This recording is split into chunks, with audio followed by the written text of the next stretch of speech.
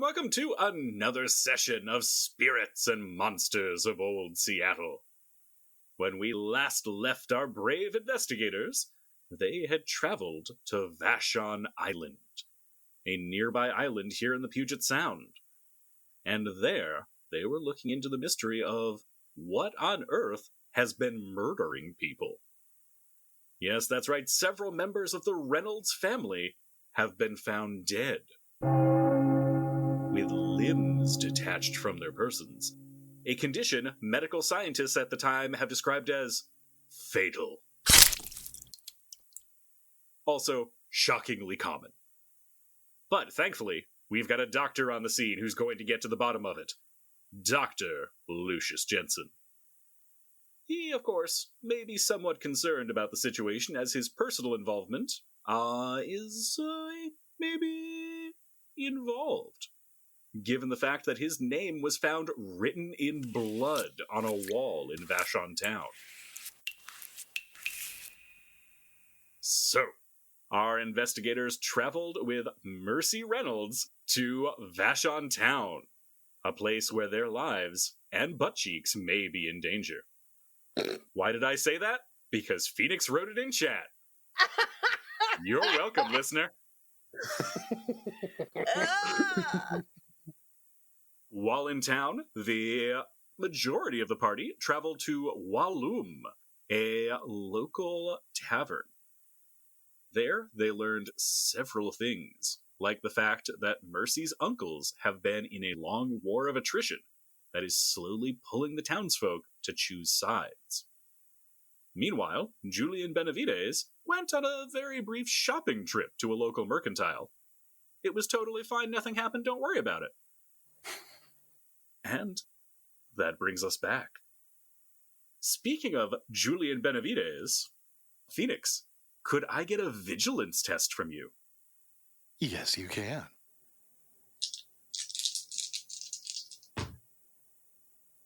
Okay, 1 success on 3 dice. Okay, that's enough. Nice. You were in the process of heading to Walloom to meet up with your party. I was. But you spot something. On the horizon, out to the west, there are heavy, dark clouds. And Julian knows what is happening. There's a storm coming in. Oh, it's a good thing we made it to Vashon. If we'd been caught out at sea, we might have been wandering for days. I will note that and go meet my party at Walloom. Excellent. Does he enter in through the front door at the bar or the side door? I don't know why I would enter through the side door, but now you have me somewhat intrigued. Perhaps I'll go to the back door. Very well. Surprise, surprise. Wasn't going there. I mean, I guess I am going there. I'm literally going to the back door. But... So, Julian, apparently on a lark, decides to kind of circle around the bar. And as you do, there's a feeling of pressure in the air. That storm that you saw, it's coming in fast. And this looks like an honest-to-goodness thunderstorm. Like the kind of major weather event that Seattle just doesn't really see. Is Julian going to keep poking around the building, or is he going to head inside? No, I'll just head inside. Okay. What are Sofie and Dr. Jensen and Mercy doing? Honestly, I think just hanging out until Julian gets back. I don't know, Sofie? Assuming that this is around the point when Sofie clocked the vaesen in the kitchen. Absolutely. She will probably be trying to catch Dr. Jensen's eye, or like if she's able to sort of pull him aside a little bit to make sure that no one hears her, she'll just do that. And then, hopefully if if we see Julian come in, then I can wait for Julian and tell them both at the same time. Absolutely. And Julian heads in through the side door, perhaps. Maybe the back door. Who knows? He headed in through a door. That's the important part. And has only gotten a half dozen steps towards you before the air is split by a crash of thunder. I take a bow. You always did have a flair for the dramatic, Julian. Yes, that was clearly timed for my entrance. I take a bow, little flourish, and then walk over to the group. There's a big storm. Well, I guess it's actually here. I was going to tell you the news, but I don't think it's news anymore. But there's a storm. Looks bad. It's a really good thing we weren't caught out on the sound. So what I miss? Well, there could perhaps be even more news. And Sofie is also trying to low-key, glance over to see if the woman in the kitchen had any reaction to the thunder, or if she's changed her behavior at all or anything like that, to see if it's related. No, it looks all the same.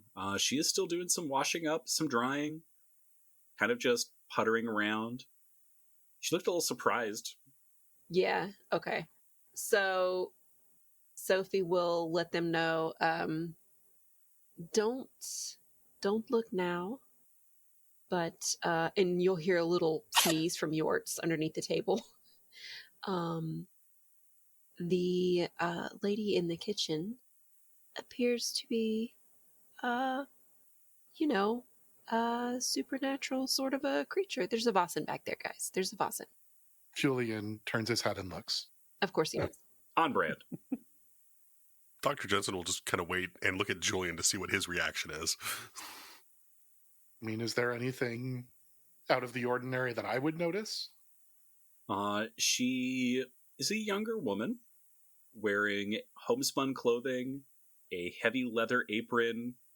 Her hair is tied back in a braid. Almost like a butcher's apron, perhaps? Possibly.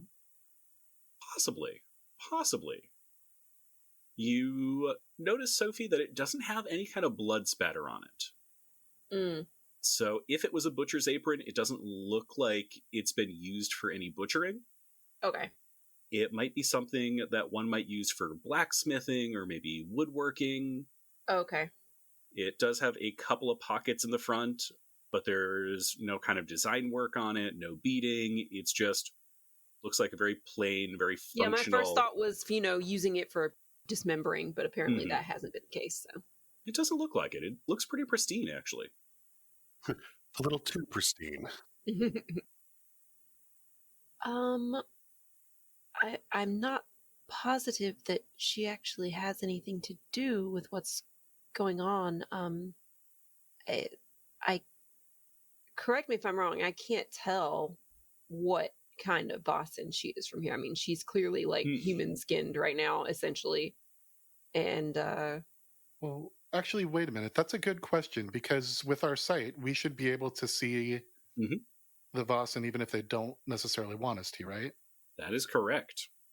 And yet, she looks human.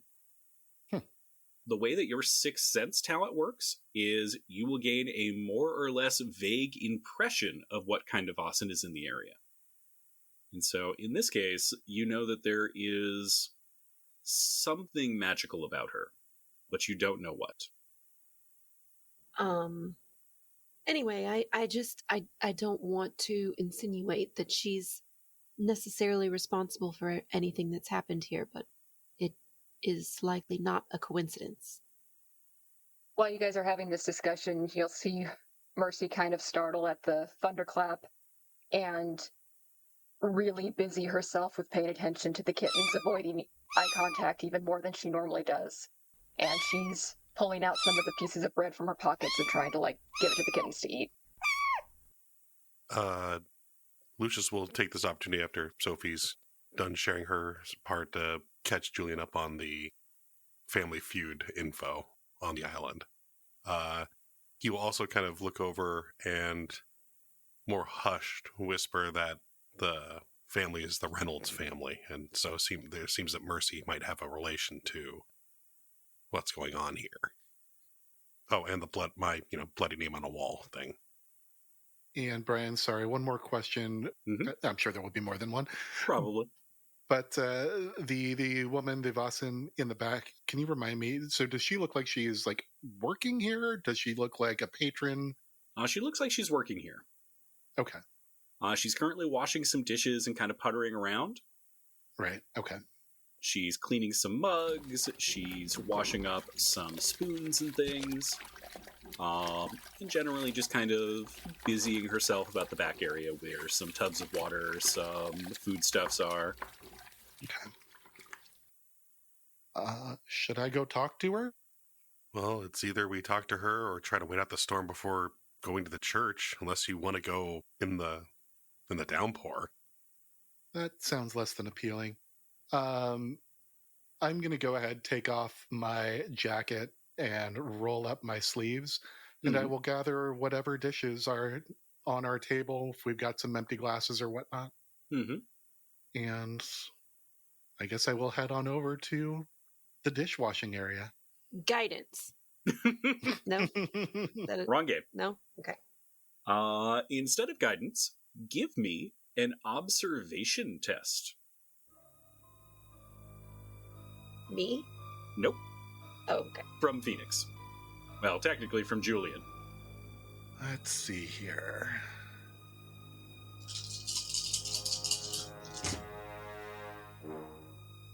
Two successes on 8 dice. Okay. As you're walking across the room, you very quickly clock that Roy, the bartender, is following you with his eyes. He's resting one of his hands underneath his jacket and is watching you with intensity. I smile, kind of nod my head towards him, and I imagine I've got some glasses in my hand, so I kind of just, lift them up, showing him that I've got all these glasses, and just kind of nod as if I'm heading back to the sink. Mm-hmm. Absolutely. Since you got 2 successes on that, I will give you another key piece of information. You about to get shot. No. You know for a fact, with absolute certainty, 2 pieces of information about Roy Mahash. This man is a killer. And you know for a fact that he would kill to keep the woman in the back safe. Okay. Okay. Sorry, I don't know that, but... Nope, Julian does. I mean, Aaron knows it, but Sofie doesn't. Julian strolls back there. Well, maybe that changes his direction. No, I don't think so. He clocks that information. I have no untoward intent, so I'm not overly worried about Roy yet. It's just information that I'm kind of filing away for now. But yeah, I've got my sleeves rolled up. I'll head on back over next to the woman there, and basically just kind of pull up next to her. Hey there, and I'll kind of put some dishes in the tub. I was about to say drop, but gently set the dishes down into the tub. And I saw you working back here. I always hate it when I feel like I'm creating work for other people. That's something I would never do. So I just thought I could, help with the dishes from our own table, right? If you don't mind. She looks at you and gives you kind of a slight smile, and then just kind of nods her head. So I will, and I'm intentionally going to try to work slowly as I'm working there. But I'll grab like one of the glasses and start just scrubbing it up. Yeah. Start actually washing it. And sorry, while I'm back here, I'm sorry, terribly rude of me. My name is Julian. Julian Benavides. You may have heard of me. It's fine. What's your name? She points at herself and says, Kesu. Kesu. How long have you been working here at Walloon? She shakes her head at you. And I'm sorry, you probably told us this and I have forgotten it, but can you describe her one more time Yep, for me? absolutely. She looks like a youngish woman, Right. probably somewhere in her 20s, maybe mid to late. She has kind of plain homespun clothes, a heavy leather apron. She has a braid in her hair, and it's an interesting sheen of brown, because depending on the angle of the light, it always seems to change color a little bit. Okay. Looking at her, is there any, and seeing as how she hasn't really responded to that, looking at her, do I catch any sort of impression that maybe she is actually like, Salish native and doesn't definitely. speak English? Okay, that's what I'm kind of picking up there. You think definitely Salish native, as she seems to at least understand a little bit, because she seems to be responding to some of what you're saying. Okay. But she doesn't seem to follow all of it. Okay. Well, that's going to make conversation a little more difficult. I will just continue working next to her. I'll do my best to be entertaining and charming, as I always am. Mm-hmm. But I guess I will. If she can't, if she can't really understand me, then I'm not going to try to steer the conversation. I'll just try to make a good impression as I'm washing the dishes with her. She seems to try to communicate with you using a couple of hand signs. So, bustling about, making some hand signs for "give me this" or "take this." Phoenix, can I get a vigilance test from you? Vigilance. All right. I'm going to keep asking for these, apparently. Mm-hmm. Nope. That is 0 success on 3 dice. Excellent. Now you're about to get shot. Do you want to push that roll? And take myself to 2 conditions already. There's a part of me that wants to, but no, I'll leave that be for now. Okay. As the two of you are working together, you can't help but notice there's a light smell in the air. Something pleasant and almost floral, but you can't quite put your finger on it. That's way better than the soft teeth. You're never going to let me live that one down, are you? It was horrible. Yep, that was the point. Intentionally, yeah. Yes, I succeeded. Well done. Yeah, I mean, as this is happening, like anytime she points to something, I will grab it with a flourish and kind of do the, hand it to her, and just kind of, pulling it back at the last second before handing it to her. Just trying to be a little bit playful. She seems very confused by this, and each time just makes like a hand sign for "give that." Which I make another flourish with whatever it is and give it to her. But I guess the only other thing would be just as we work, I'm probably going to start, not at full volume, but I'll start singing just as we're doing the work. Mm-hmm.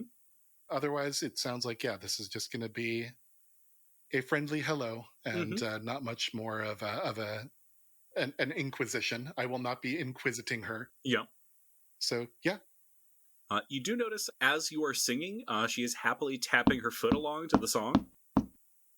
And meanwhile, Dr. Matthias, Sofie, and Mercy are all able to spot, while Julian is back there, Roy the bartender is giving him a look that would absolutely murder him if it could. My work here is done. If looks could kill, Julian would be buried 6 feet under. Just out of curiosity, is this lady young enough to be Roy's daughter? You don't think so, but Okay. hard to say. Just checking. Mm-hmm. I was gonna say, does it look like he's like a kind of like a jealousy anger or furious anger, like, so? You know what that sounds like, Bill? Fuck. That sounds like empathy. Why do I open my mouth?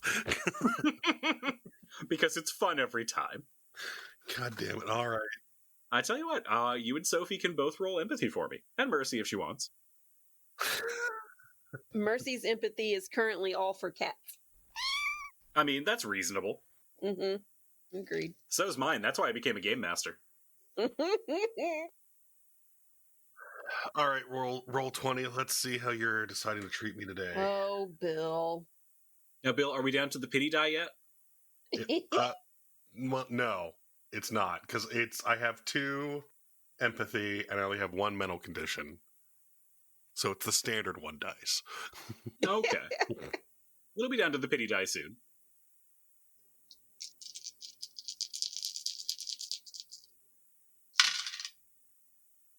I got 0 on 4 dice. I have 1 success on 5 dice. Excellent. Well, I tried. On 1 dice, I failed. I got a 5. All anyone can do is ask for you to try. You did great. Mm-hmm. And the important part here is one of you did succeed. Would either of you two like to push the roll, by the way? Hell no. I didn't think so. Nah. All right.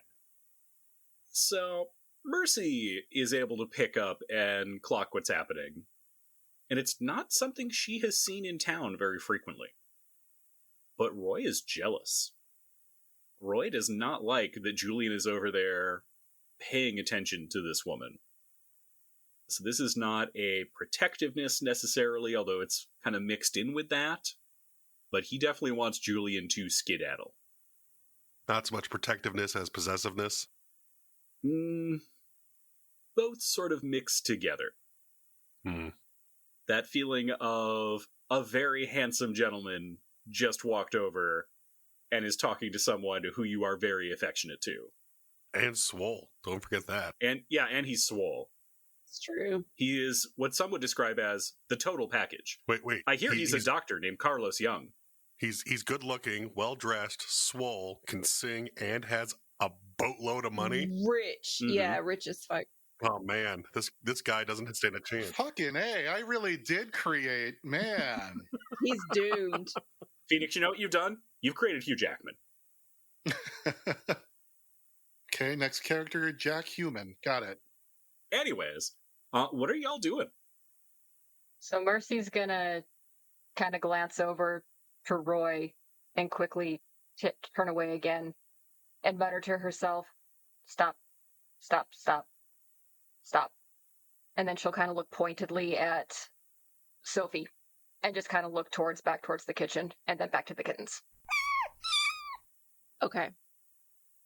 Yeah, seeing that. And like Sofie, I mean, I think we established before, like Sophie's keeping an eye on Mercy pretty much. Mm-hmm. Not like 100% of the time, but she's like checking on her a lot. So, Yep. So I think Sofie will get up and go. So the kitchen, if she goes up to the bar, will she be able to talk to Julian and not have to yell at him? It's close enough that, yeah, she'd be able to talk to Julian in, like, a reasonable tone. Okay. She will go up and she's going to go up and tell Julian, I think we should go and see if we can find lodgings because it doesn't seem like we'll be going back this evening. So, Julian, if you're done there. Oh, yeah, I will kind of dry my hands off and realize, well, wait a minute. And I will turn over to Kesu and we'll see if I get any sort of a response here. Ah, lovely Miss Kesu. If you don't mind me asking, my friends and I are going to be in town for a few days. It doesn't appear that there's any lodgings. Is there a good place we could stay? I don't suppose we could stay here and I could help you with the dishes. Oh, Lord, what is Roy's response to hearing that? From next to Sofie, you just hear a little scoff sound come out of Roy's throat. So before I pay attention to Roy, I do want to know if I get any reaction out of Kesu. She sort of tilts her head to the side a little bit, kind of staring at you. and she seems puzzled for a minute. You kind of think she maybe caught like 30% of what you asked her, at best. Fair enough. I will autograph a bar napkin for her, give it a kiss, and then I will... There is lipstick on the napkin, just to be clear. Oh, of course there is, obviously. I mean, absolutely. And then I'll walk over to Roy, and I will... hi, friend. Pardon, I was just working with Miss Kesu over there. Lovely lady. We were just wondering, my friends and I, we're going to be staying in town for a couple of days. Do you have recommendations for where we might be able to bunk down? It seems like there's plenty of room here. I can work. If for I wouldn't expect you to take us in for free. Or I could just buy the place. Well, my lines of credit don't always extend out to Vashon very well, especially since I sent my last 4 capital into a saber. But Because reasons. Because reasons. But yes, do you have any recommendations, or if we could bunk here? Sofie will try to back him up a little bit, like, oh yes, if you have the space, we'd be happy to pay you to stay. My friend Missing is here. She has a whole farm. She knows all about taking care of all of the things. Well, Are you trying to send me on a vacation like your last vacation, Julian? A work Absolutely vacation? not. I would never do that to you. Matthias still owes us for that. Thank you. I appreciate that. Roy raises an eyebrow at that statement and then looks back at Dr. Jensen. Different Matthias. Common name? This one only has 1 T. Well, we got space here. Won't charge you much. We got a barn out back. It's probably the best you can do. There's no big hotel or anything like that here on the island. Sounds like an incredible investment opportunity, perhaps. Well, between you and me, if you're staying here, it'll at least keep you from accidentally picking a side. Picking a side? I'm guessing you just got here. Funny enough, I just got here. Wouldn't the side be Reynolds regardless? Sofie made a joke. Did you see that? Nailed it. Got it in Nailed one. Vibe check. The side is Reynolds regardless, but people are pretty up in arms between those two brothers. Unfortunately, things have been tense even before this current craziness started. I would be fine with you taking our barn here. We don't have any horses or anything, so it's at least dry and there's some places to sleep. Otherwise, you could always take your chances trying to find lodging with somebody, but that's going to pull you into one side or the other between Stanley and Clyde. Understood. I think we would certainly appreciate the use of your barn, right, Julian? I kind of crack my knuckles a little bit, stretch out. It's been a while since I've been roughing it, but yeah, it'll be fun. And I'd actually like, if I may, Brian, can I do, is it a resources roll to see if I can actually give this guy any cash? Yeah, you can roll resources for that. And do I roll the full 8 resources then? Mm-hmm. Yep. Cool. Sir, we will trade you 1 saber for 1 stay during this mystery. You could put it on the wall. Yeah, that is 3 success on 8 resources. Jesus! You're golden. Well, he's about to be. Literally. So he looks you up and down and goes, your credit is good here, Mr. Benavidez. And I think, I don't know if this is a thing that how this would work, but if I can, if I got 3 successes on that, I want to go a little bit over the top on this, and I would give him 2 of those 3 resources, just in terms of a thank you for keeping us out of the middle of this. and just really trying to get on his good side. And thanks for not shooting me when you had the chance. Oh, it's fine. He wouldn't do that. Since you have mollified him somewhat from your earlier encounter where he was staring daggers at you. I'm just a friendly guy. It's funny how money does that.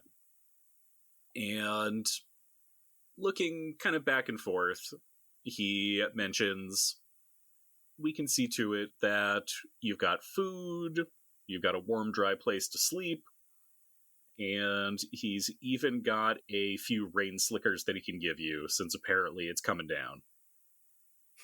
Are these rain slickers actually just trash bags? Thankfully, no. That fine technology hasn't been invented in 1889. Okay, that's fair. So, like, heavy oiled canvas with a little bit of cedar bark around the shoulders and around the neckline. Okay. I put one on and somehow make it work. As always. Julian puts it on and it morphs into a cape of billowing. Mm-hmm. Absolutely the case. All right, what are you nerds doing? Well, You've secured lodgings. You've gotten food. Are you planning on just kind of waiting out the storm? I'll look over to Mercy, and so I think we've at least got the immediate needs taken care of. Is there anywhere that you'd like to go first, now that we're here? What time of day is it right now? It's probably close to noon. However, you could definitely hear the rain is pouring outside. Okay. Mercy's gonna give the kittens the last chunk of bread that she was giving them and stand up and just kind of start walking towards the front door and just says, home. All right, so Mercy's just heading out. Mm-hmm. I mean, we should make sure she gets home safe, right? Yes, I think we should come with you and make sure that you get there safe. Well, Mercy, before we leave, we've heard a little bit about the Reynolds family here. Are you in any danger on either side? Is there something to be concerned about? Mercy just kind of goes completely still. She's probably about maybe 3 feet from the doorway, and she just, like, freezes. And then kind of shakes her head a little bit and just says, home. Yeah, we can get you home. All right. The good news is, it is not a far walk. Vashon is not exactly a large, bustling city. And that's today. At the time, this is the quintessential one-horse town. So there is a main road where all of the houses are, and then basically there is fields beyond that. So it is a quick walk to Mercy's place. It is a modest affair, even by the standards of the other houses on Vashon. 1.5 floors high, the small cottage has walls with peeling paint and a roof that likely needs several new shingles. The front door is painted in a bright canary yellow, the only bit of color that stands out amongst the graying wood. Do you let them inside, Laura? No, I just start kind of gathering.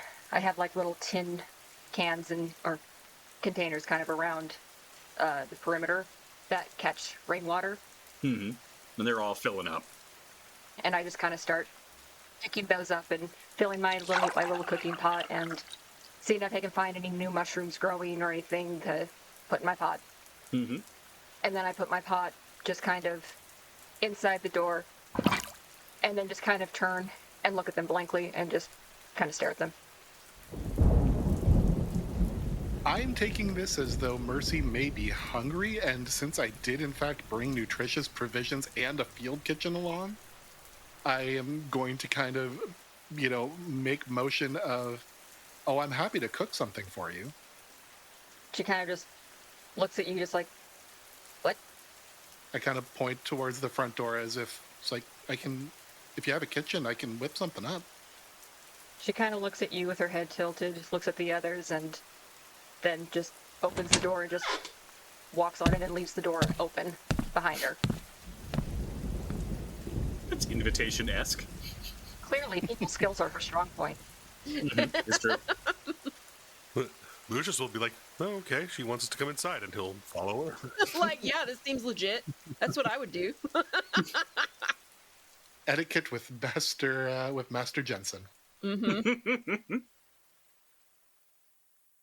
Inside Mercy's house is a central room containing a kitchen and a pantry with a ladder propped in the back corner, which leads up to an attic hatch. Various herbs dry from strings on the ceiling and give everything a really pleasing smell. There are a few clay pitchers that contain sprigs of broadleaf plants with pink, orange, and red flowers that serve to kind of brighten up some of the otherwise somber decor in here. There is a door in the back that is partly ajar, leading to a back bedroom that looks very small and cramped, where two windows look out onto a massive, untouched field. It sounds so cute, says Aaron in real life. I'll make my way to the kitchen and start trying to cobble something together. As I do so, I do have a question, Brian. As I start, prepping up some food, I'm thinking, wow, she's so thin, but she basically hasn't stopped eating since we met her. Mm-hmm. I've been giving it to cats. Can I try to channel my sight and make sure that she is, do I see any vaesen within her? You kind of look over Mercy, but there is nothing that really jumps out as being supernatural about her. Okay. Probably just tapeworms. That's all. As you're trying to make something in the kitchen, there is nothing really there edible at all, except for what she collected in her pot. So, fortunately, I brought my own stuff. We're good. But I make I was going to say a mental note, but I'll say it out loud. Well, I will be stopping by the grocery later on. We need to fill up these shelves. That's probably the same store as the one you went to earlier. Oh, absolutely it is. There is a store in town. I totally should have bought some beans. I should have brought the beans. The sinister magic beans. Does Julian say that out loud? Sure. I would mutter, yeah, I should have brought the beans. Never really known you to like beans, Julian. There were some at the hardware store. Mercy will just give you kind of a quizzical look and then go back to trying to find something for you to present food on because she has nothing. She has a plate. Yeah. And it is cracked.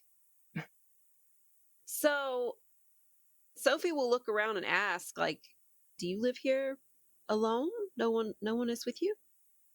Well, and then she points to a couple of cats that you can see through the open doorway. They just kind of walk straight on through. That counts. Yeah, there's a very small table. There is a stool.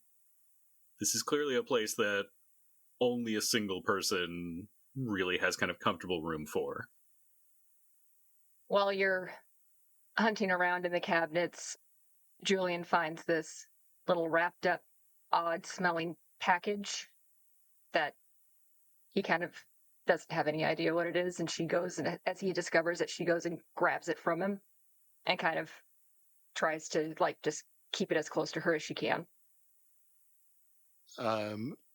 If it is as fragrant as you say, I will, you take it, and I just kind of hold up my hands and suddenly smell the residual on my hands.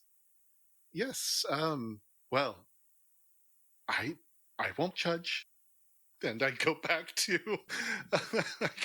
prepping the food. Mercy, is everything okay? What is that? Cheese. Oh!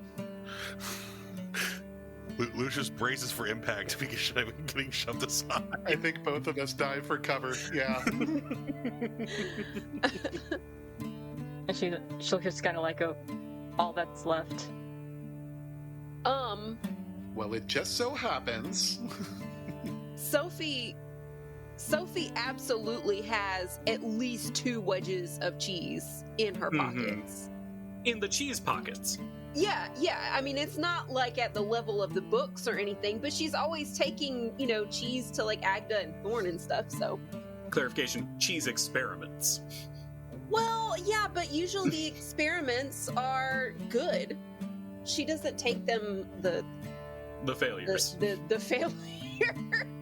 Excursions. Don't be jealous of my multi-pocketed garments. Oh, I'm on record of being jealous of Sophie's traveling targus of a dress. I mean, the least you could do is pack it up into like a violin case or something. Yes, that makes way more sense. Definitely. I mean, as opposed to a flask of holding that has an infinite amount of whiskey. It's a flask of replenishing, thank you. It's a flask of regret. So a flask of replenishing. Yeah, I was going to say, I think you've said the same thing 3 times. Yeah. So yeah, she will go and, commiserate with Mercy about the cheese and then pull out A couple more wedges.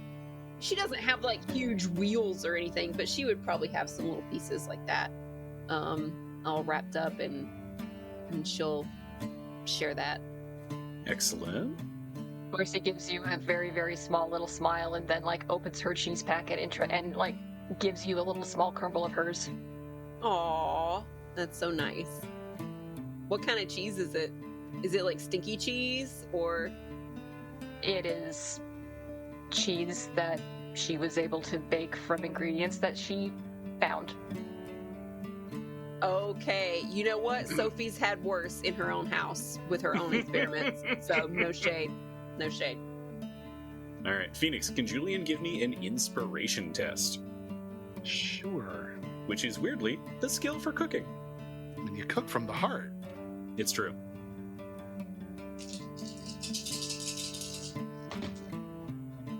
Yeah, just the 1 success on 10 dice. That is enough to make a pleasant meal. So your hearty provisions, you do some cooking, you've got some ingredients on hand. You make a nice meal. Probably better than Mercy has had in quite a while. Voila! Bon appetit, madame. She kind of looks at you a little quizzically and then smiles again and just kind of nods her head and thanks, and then dives in. And I am watching with the anime sparkles in my eyes, just seeing if you are actually enjoying the food. And when I see you just diving into it, it's just he's like just doing the little claps in front of his face. All right, so Mercy has been fed. You all are able to have a little bit of lunch, a little bit of rest. I will even give you the benefit of you may each remove a condition. Meat. It makes sense. If Julian made a bunch of food, I would become less angry. It's true. The joy in Mercy's eyes is all that it takes to remove my hopelessness. Mm-hmm. The question remains, what are the 3 or 4 of you gonna do next? I don't know. I think I might just continue cooking. I kind of like this game. That's an option. We're pivoting this investigation. We are creating Vashon's first bed and breakfast. I assure you, if that's what you all want, that's fine. I've got a countdown, so don't worry about it. Great. Like I said, it's a real investment opportunity, so got this all figured out. After she's done eating, Mercy will just kind of like walk over to the bedroom and just stare out the windows at the field and just sigh. And you kind of know that she's lost in her own thoughts again and kind of back in her own little world. It sounds like you're just doing this for no particular reason, but if I were to look out those windows, anything catch my attention? It's a completely undeveloped field. You do see it is fenced off. It's a pretty gigantic piece of property, but it looks like it's just gone to seed. There is nothing growing there. It's just filled with wild plants. There's no trees in it, but it looks like just an undeveloped area. I mean, while they're looking outside, Lucius will turn to Sofie. So we will want to go investigate the church, right? I mean, it seems like that's the next. Yes, I agree. Do you think that she'll be safe here? She doesn't seem to be afraid of staying here, but It might be fine for her to stay here just in case if there's something traumatic around the church area.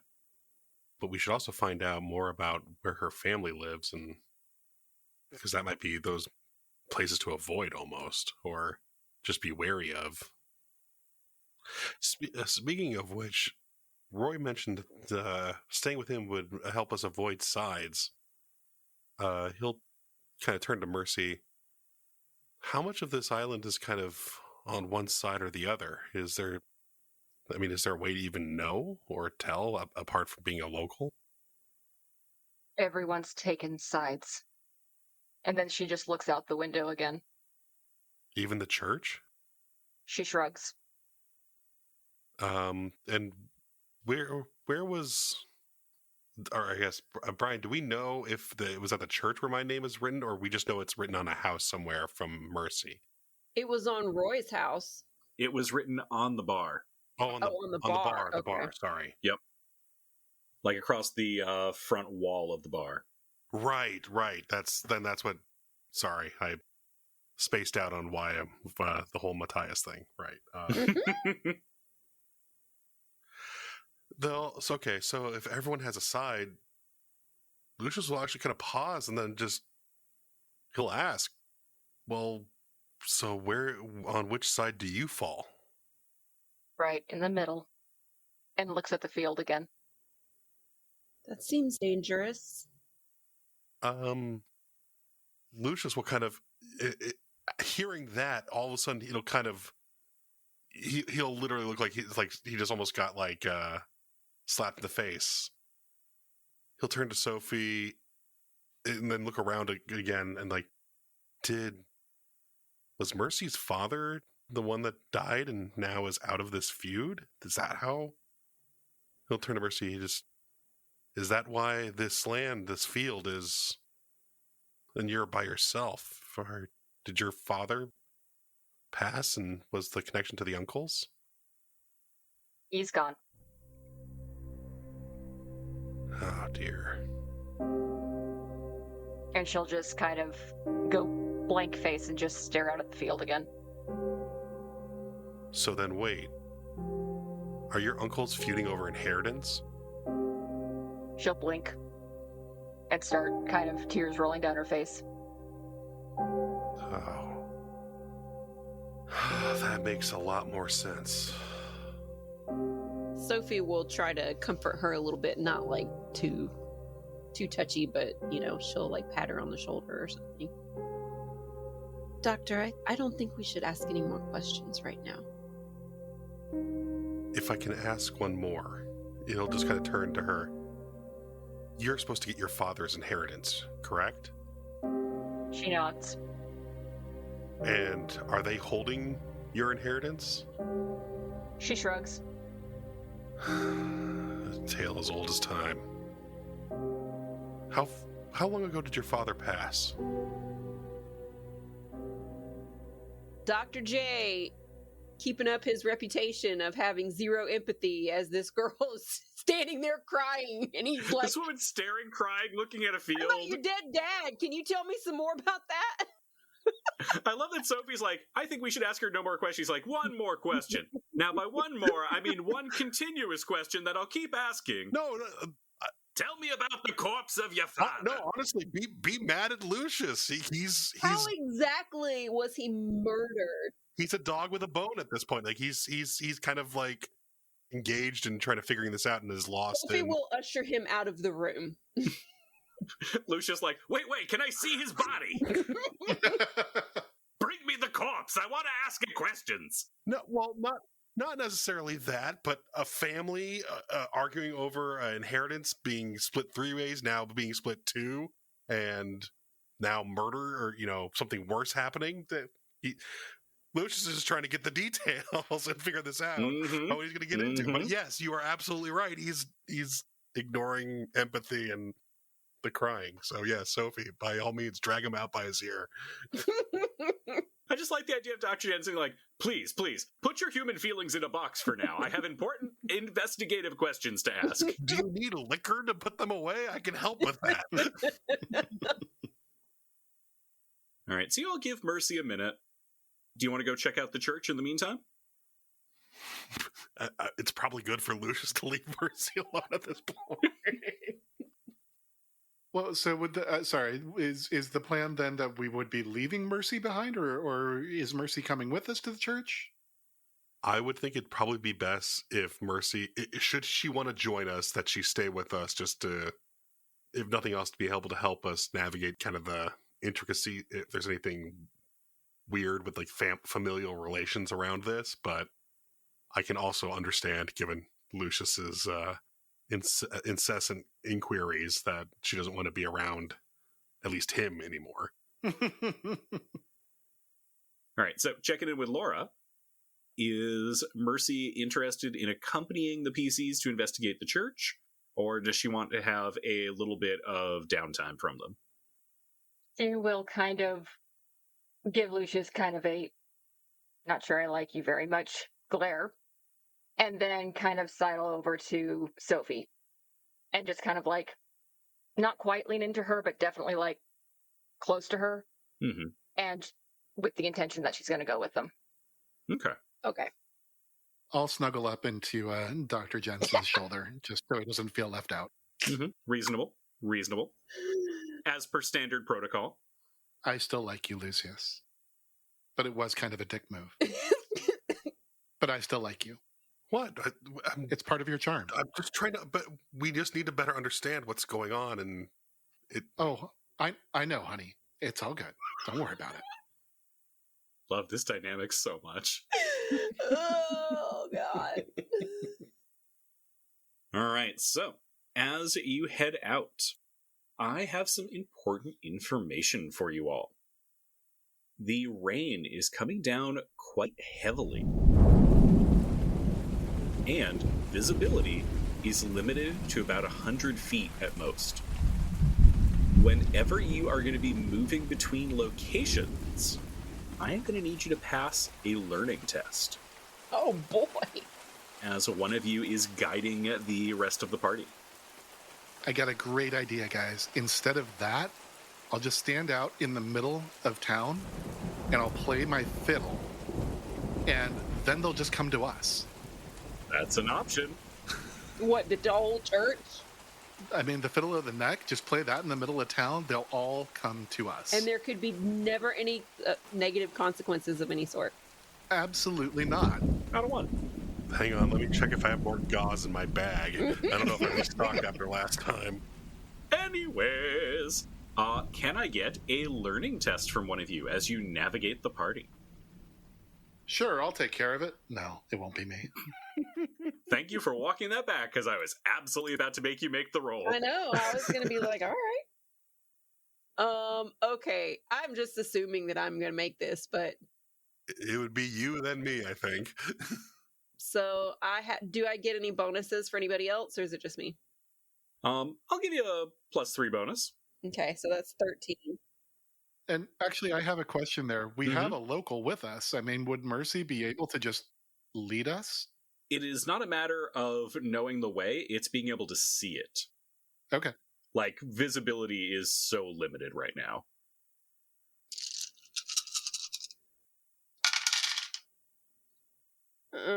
Well, 1 success on 13 dice. Is that good enough? Hey. That's enough. You make your way to the little chapel. There's so many 4s. It is a simple one-room cottage that has been converted into a church. the roof might be made from anything, as it's hard to tell beneath the thick shelf of mosses which have grown up from it, giving it a green and almost living appearance. A simple wooden cross has been affixed to the roof's peak. A clear amount of effort has been put in to keep any of that moss from growing and creeping up the religious icon, and a wooden ladder leans against the side of the little chapel's walls. A simple crucifix hangs from the mostly open door, and warm light spills from the entryway through the shuttered windows. Inside are a few simple wooden benches, a small table, and a wood stove that crackles away merrily. Growing wild behind the church is a lush strawberry field, barely contained by some chicken wire fences. In the distance, near the edge of the woods, just at the edge of what you can see, is an octagonal building made of sturdy bricks. It doesn't appear to have any windows, and on either side of the heavy door are steel crosses. Do y'all head inside? Sounds like those forts that they used to put on the coastline or something. Yeah, your description of the outbuilding, maybe I'm reading too far into that, but that sounds like we just found, like, heavy-duty industrial in a little cottage. Does it stand out as far as being, like, just overbuilt? Yes. It definitely looks much sturdier, more built up. It looks a little out of place as well. Is it visibly, like, newer or older than the church building? It's hard to say, especially given all of the moss and kind of the overgrown nature of the church.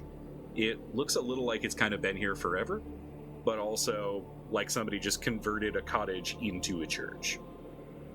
That building is very clearly purpose-built and looks very solid and very secure, but you're not quite sure why or for what purpose.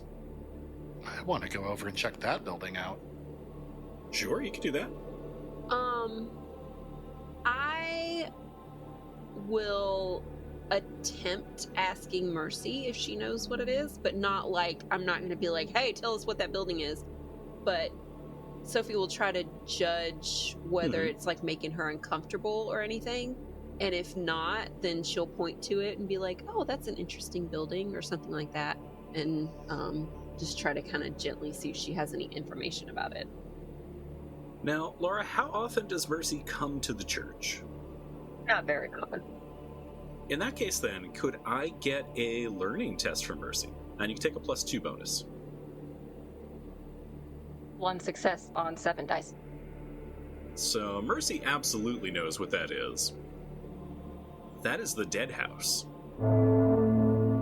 That is where bodies are stored until they can be buried.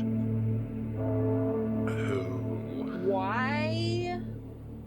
Oh, sorry. Did she tell us this? Who can say? It's been a surprise every time for me, the game master. Does Mercy share any of that information? She'll just kind of point to that and just go, dead people. Yeah, I stopped walking towards it. I just imagine a moment of Julian turning around and just tagging in Dr. Jensen, being like, this is a you place. Right. It is literally, I'm walking, I am turning on my heel, and I'm like, just pointing over my shoulder. All you, buddy. Well, funny enough, when Julian first just detached and started walking towards it, and Sofie kind of nudged Mercy to point to it, Lucius was just continuing like, okay, well, I guess I'll take a look at the little cottage church then, just to see what's in there. But as soon as you hear dead people, you're like, well, now hang on. That's my jam. Well, would Lucius understand what the building might? When she says dead bodies, would he then kind of get a better understanding of what the purpose for? Oh yeah. Okay. So this is actually a very common Victorian practice. Most churches would have a dead house that you would put people in until you could get to a burying time. So especially in the Northeast, where the ground is frozen for a chunk of the year, You can't bury people if it's too frozen. Similarly, if it's too wet and too swampy, you don't want that to necessarily say, flood a grave. So they may be putting people in there while waiting for an ideal time. They might be planning on burying them somewhere off of Vashon. Lucius will kind of pause and look at Julian.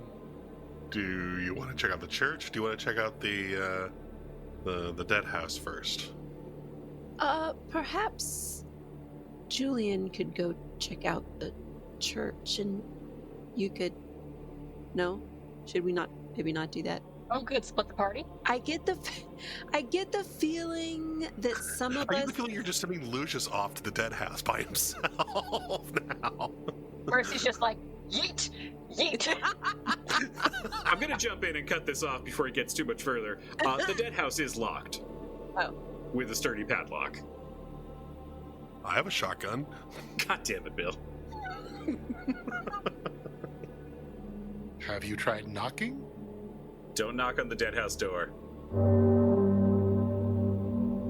So, you probably could not get into the dead house right now, given its locked status.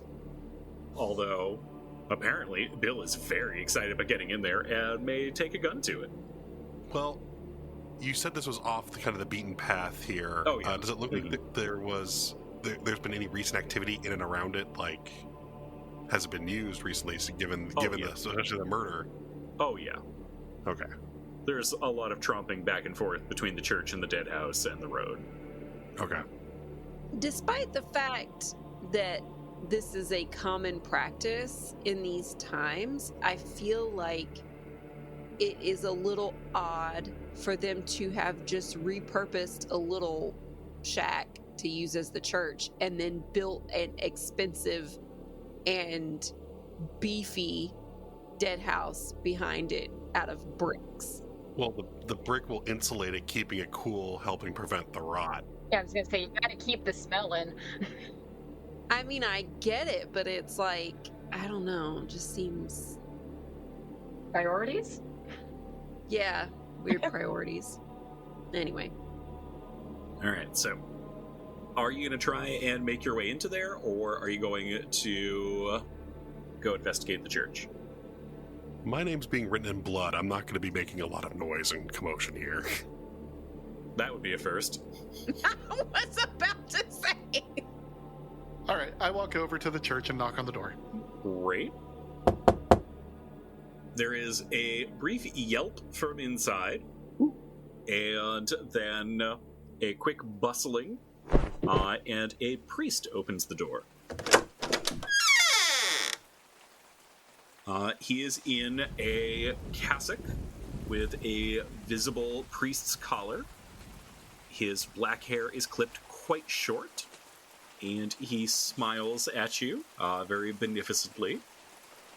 Oh, it's a pleasure to meet you. Welcome. Come inside. Is this the same priest that we saw rush out of the bar? You think it must be. Okay, so as he welcomes us in, thank you very much, Father. Hey, didn't I see you? Were you just at the bar a little bit ago? Technically, Julian was not there when that happened. Yeah, Julian was not there. Didn't my friend see you at the bar a moment ago? Yes, I must have just been there.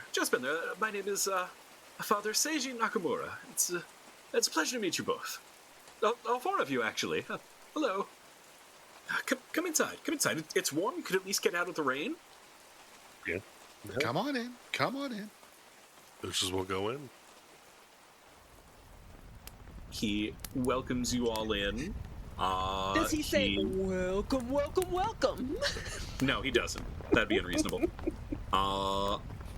He says a brief version of the Lord's Prayer. However, Sofie's got some solid learning. It's weird. You catch him saying, "Please forgive us our trespassing, as we will forgive those against us who trespass." Okay. Upon closer inspection, is he about 3 feet tall, green skin, large ears. Nope. Not Yoda. Got it. Nope. Probably would have added those details in. So he looks over the four of you. I don't recognize... I think I recognize that Mercy Reynolds there? Mercy nods her head again and then just kind of starts looking around the room. Ah, of course.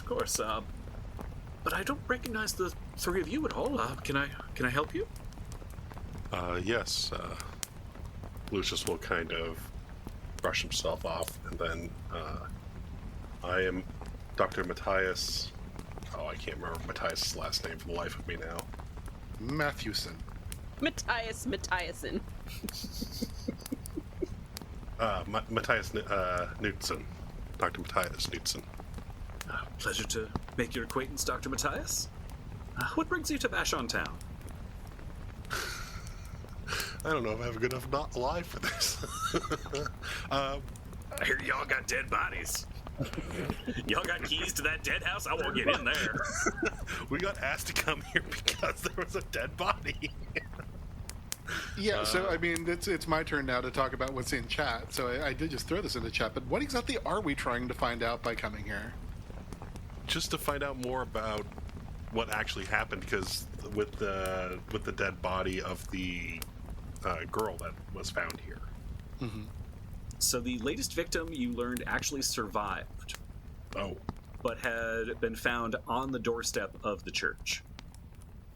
I mean, do we say that we're from the library at that point? Just say we heard there's some weird occurrences here? Well, so, like, I guess, what brought us here was... Lucius is like desperately looking at Julian like, I'm sorry, were you asking? I'm sorry, I missed that. Were you asking me to take that on? I'm legitimately asking the other players, what are we, like, are we, is he tagged? But nothing, so yeah, okay. We Bill's like, throw me a fucking bone, guys. we heard of the unfortunate events here. It's fine. I was just trying to, legit, I was just trying to understand what we were trying to find out here. It's cool. So, hi, Father. I'm Julian. You've probably heard of me. No, we're just in the we're in the area. Came up from Ballard. Heard about some kind of horrific killings, and I guess the most recent victim was, God's grace be praised, still alive and was found here on your doorstep. Is that right? Yes. Oh, well, it was quite a shock indeed. Phoenix. Brian. Can I get a manipulation test from you? I'm so sad that Bill threw this one to you. Sorry, Bill. Bill was so close to taking another manipulation test. No, I was fully ready to do this, and then everyone woke up to my question earlier. Question or plea? We're like, wait, Bill's talking. We better do something. It's not that Bill's talking, it's that Dr. Jensen is talking. I'll be honest, I have as much manipulation as he does. That is a single solitary success on 10 dice. Okay. You note that he looks a little bit suspicious. He looks back and forth between the four of you, and does seem a little bit more at ease because Mercy is here. And after a moment pauses and looks at Julian before he answers what happened and says, could I ask you to close the door? Dr. Jensen, close the door.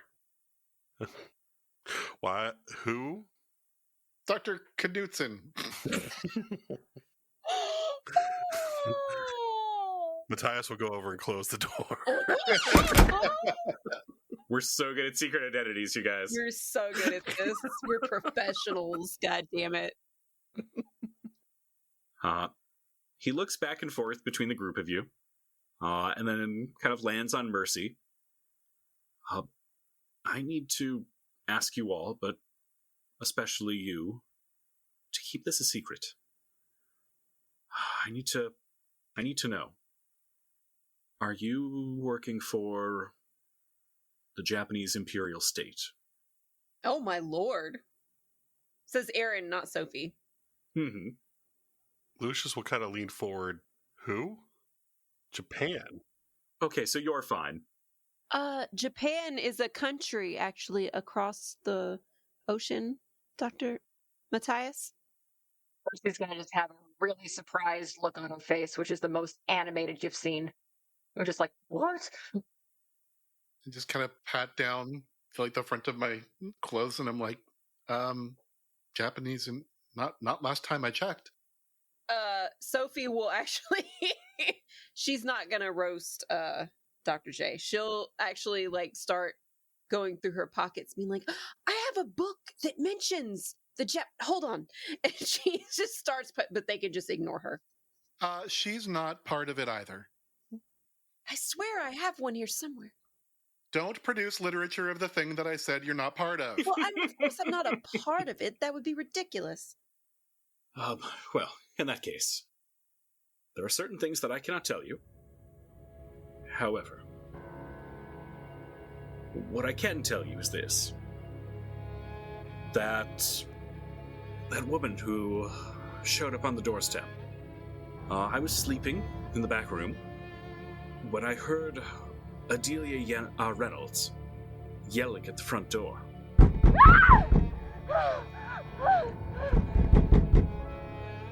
Now, I had done a little bit of reading about Erste Hilfe, a concept from the Franco-Prussian War of 1870, and was able to stop the bleeding.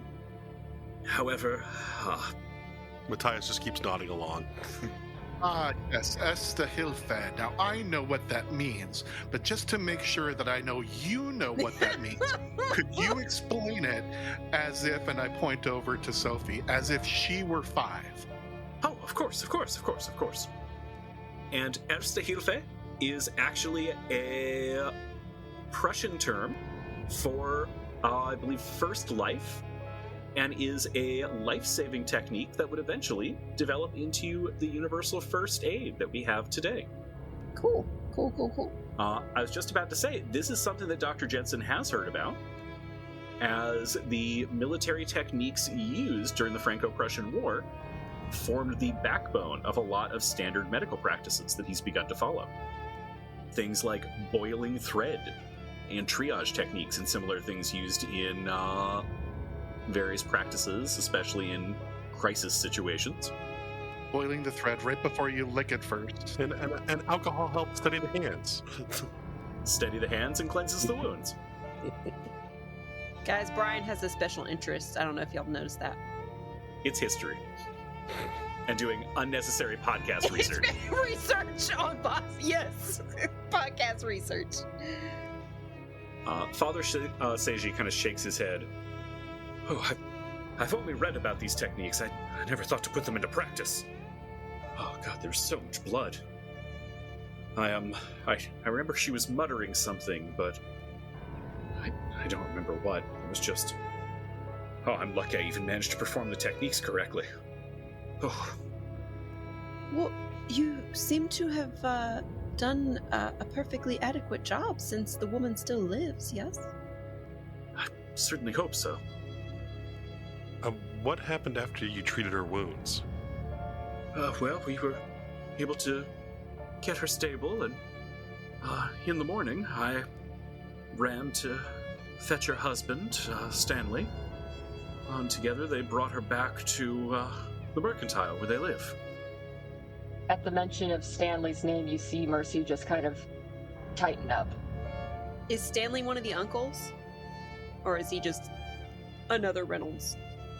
Are you asking Mercy? I was about to say, who are you asking that of? I was asking Brian because I wasn't sure if we had, when we learned about Mercy's uncles, did we learn that one? You had caught the two names, which were Stanley and Clyde. All right, we get to meet one of the sides.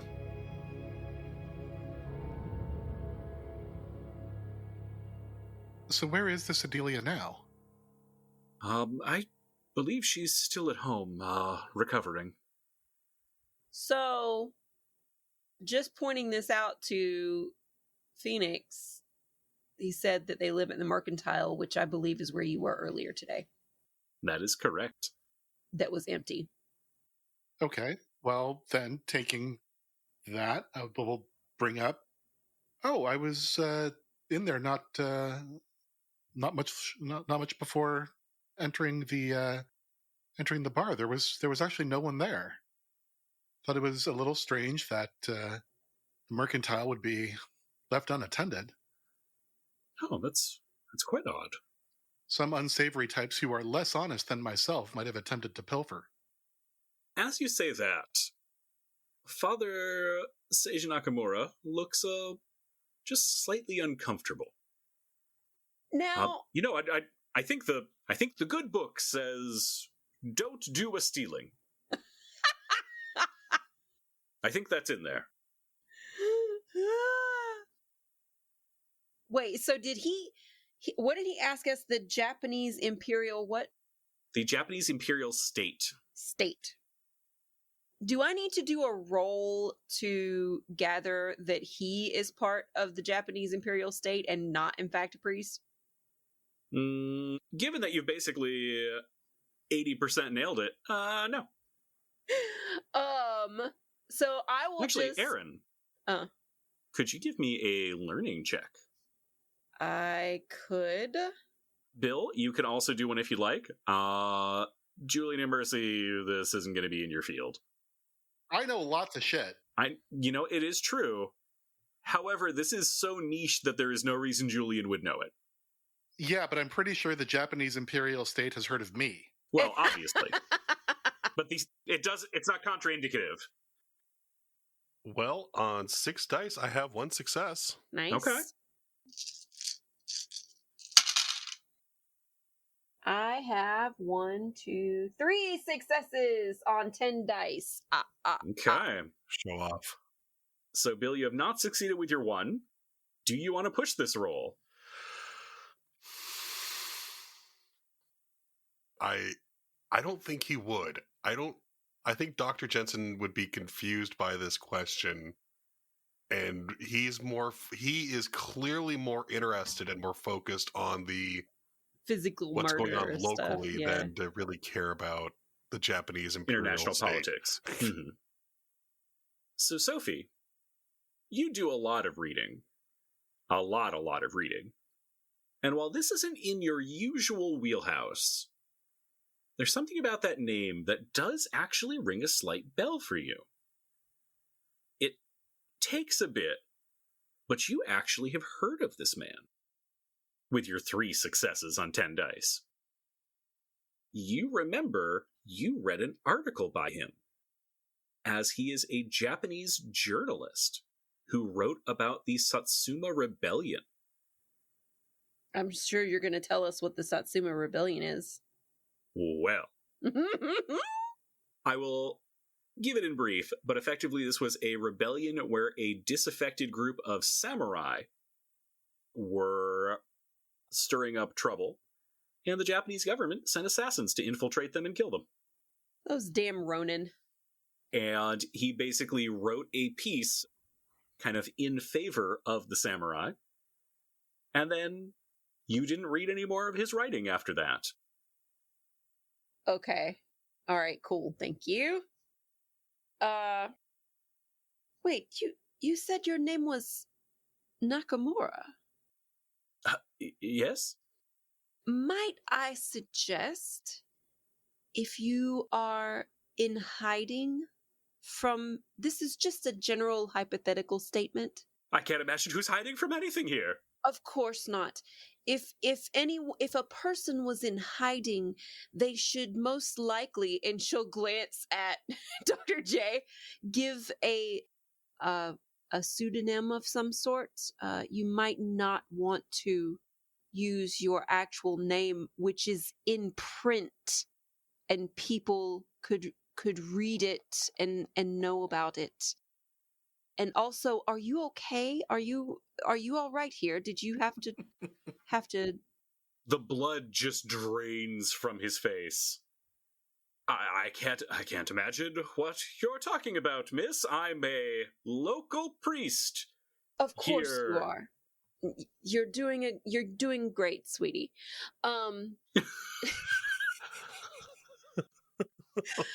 Roll for condescension. Roll for Benavides. Roll for memes. But I really think, I mean, it's a bit late for that here, but just in case you, in the case of someone having to perhaps start over somewhere new, one might want to also choose a new name so as to remain incognito. He kind of tugs on his priest collar. Also, you're wearing the vestments a little bit backwards. You should just turn this part The over. buttons don't go in the front? Okay, and you were the one criticizing Dr. Jensen for pushing too hard on Mercy? Let me just get that. He's get not that looking right. out the window crying. He hasn't had his family murdered. He's not starving to death. Are you sure? How are these things parallel? Who's this Dr. Jensen you keep talking about? I'm Dr. Matthias. Let me look up my last name. Dr. Matthias, last name here. All right, now, checking in, do you want to head towards the mercantile? Do you want to get the keys and check out the dead house? Or do you want to head back to the barn? Oh, are all of the dead people in the dead house? Because obviously we need to check that out. But not Julian, maybe. Yeah, that was actually going to be something Lucius would ask about going, well, this, you said, was it Odette? Adelia. Adelia, sorry. If Adelia is the one that survived, what happened to, and how many are there others? There's been several, I'm afraid. In the last few weeks, 6 people have passed. That's quite a lot for such a small, sparsely populated island. Has there been a determined cause? He turns a little green. I think it might be the dismemberment, Dr. Matthias. Sorry, I, the player, am a moron and forgot this. Sorry, Bill. No, you're right. I'm not a doctor, but yes, I believe the dismemberment was the leading cause of death. We went over this at the start of the sorry, but sorry. Okay, so glossing over, I'm a moron. Then yeah, Lucius would want to go at least examine to see what the dismemberment, and if there's any other, maybe potentially other clues or. Yeah, because like we want to know, like, were they dismembered with a really sharp surgical implement, or with like hacked up with a machete, or were they ripped apart like an animal would do? Or similar to the grave sow, is there something missing that might have been consumed, or something that might be more that might tell us more about a vaesen that could be causing this? So, quote unquote, Father Nakamura is happy to give you the key to the dead house. The 4, or maybe 3, or maybe 2 of you head in that direction, undoing the lock and removing the heavy chain from the door. The rain continuing to pour down all around you. And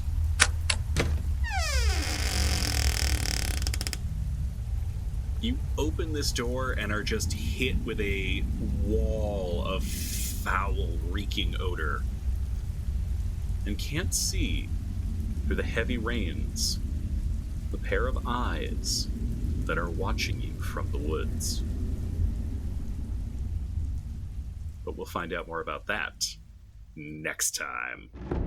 Oh, is it the cannon eyes in the trees from the... Yeah. We'll find out. All right. Thank you all so much. This has been another fantastic session. and I can't wait for you to find out what's next. Dr. Jensen, you get bodies! What more could you want? Dead bodies! Woo! Woo! Gotta loot that body! Did they hit the floor? Absolutely. Squelchingly so. Glad. On that note. Thank you so much for listening to this episode of Spirits and Monsters of Old Seattle. Our theme song is Myths and Legends by Robert Bruckmeyer and is playing right now. Our episode music is from the incredible Andreas Lundstrom's RPG soundtracks, and you can hear more of his work on the Sweden Rolls podcast. Our editor is Hannah Cheney. If you've enjoyed the show, it would mean the world to all of us if you could share it with a friend. Or an acquaintance, a stranger, even an enemy. We're not super picky. However, it is the single best way to help us get new listeners and continue to grow. If you've really enjoyed the show and you want to let the world know just how much, we're launching a storefront where you can buy some cool gear and a Patreon. You'll find the links in our show notes. We'll be looking forward to sharing more stories of the vaesen in the Pacific Northwest. But until then, remember the motto of the library. Fear gives way to knowledge. Knowledge gives way to wisdom. And wisdom gives way to the truth. Until next time.